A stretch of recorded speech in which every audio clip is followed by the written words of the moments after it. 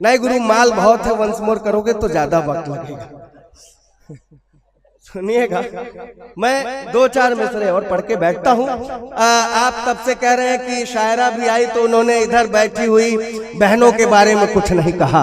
मैं कहता हूँ, मैं आपकी पीड़ा समझता हूँ, आपका दर्द बता रहा हूँ। दर्द इसलिए क्योंकि बाल जब लंबे होते हैं तो उन्हें संवारने में बहुत लंबा वक्त लगता है, बहुत मुश्किलात का सामना करना पड़ता है, और लंबे बालों में अक्सर जुएं पड़ जाया करती हैं।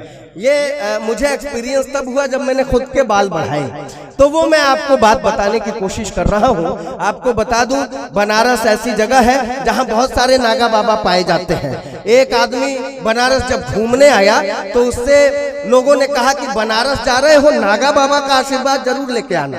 अब वो गंगा जी में नहा के लगा नागा बाबा खोजने, कहीं भी नजर नहीं आए।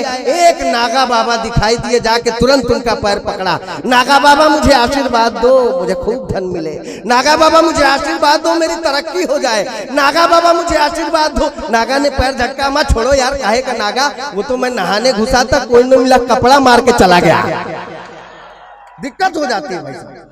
वो बालों में जुए पड़ने के बाद क्या मुश्किलात होते हैं, मैं बताने की कोशिश कर रहा हूँ। सुनिएगा, एक दवाई बनाने की कोशिश की है मैंने, आपकी नजर करता हूँ कि फटे हुए बेडौल कुर्ते पायजामे से लिपटा एक विचित्र व्यक्ति, फटे हुए बेडौल कुर्ते पायजामे से लिपटा एक विचित्र व्यक्ति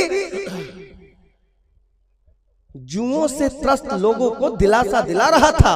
सड़क के किनारे खड़ा हो चिल्ला रहा था, हुजूर, भैया, बाबू, साहब, सेठ जी, माई बाप, कहाँ जा रहे हैं आप? हुजूर, भैया, बाबू, साहब, सेठ जी, माई बाप, कहाँ जा रहे हैं आप? तनिक मेरी बातों पर भी ध्यान दीजिए।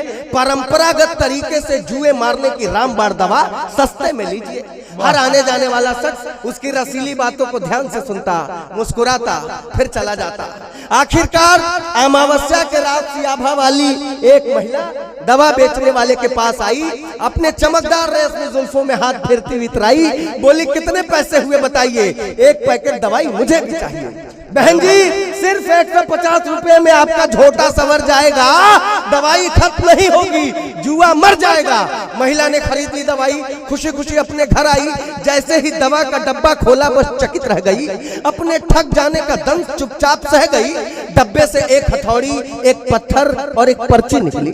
डब्बे से एक हथौड़ी, एक पत्थर और एक पर्ची निकली, जिस पर लिखा था, अपने बालों की खूबसूरती को और निखारिए, अपने बालों की खूबसूरती को और निखारिए। जुओं को पकड़िए, पत्थर पे रखिए और हथौड़ी से मारिए।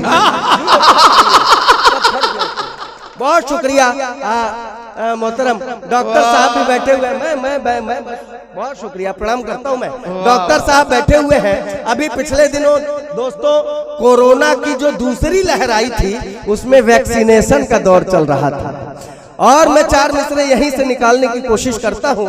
डॉक्टर साहब ने जब अपना एक्सपीरियंस बताया कि मत पूछो दमदार भाई, ऐसे ऐसे चेहरे भी देखने को मिल रहे हैं जिन्हें कभी कॉलेज टाइम में देखा करते थे।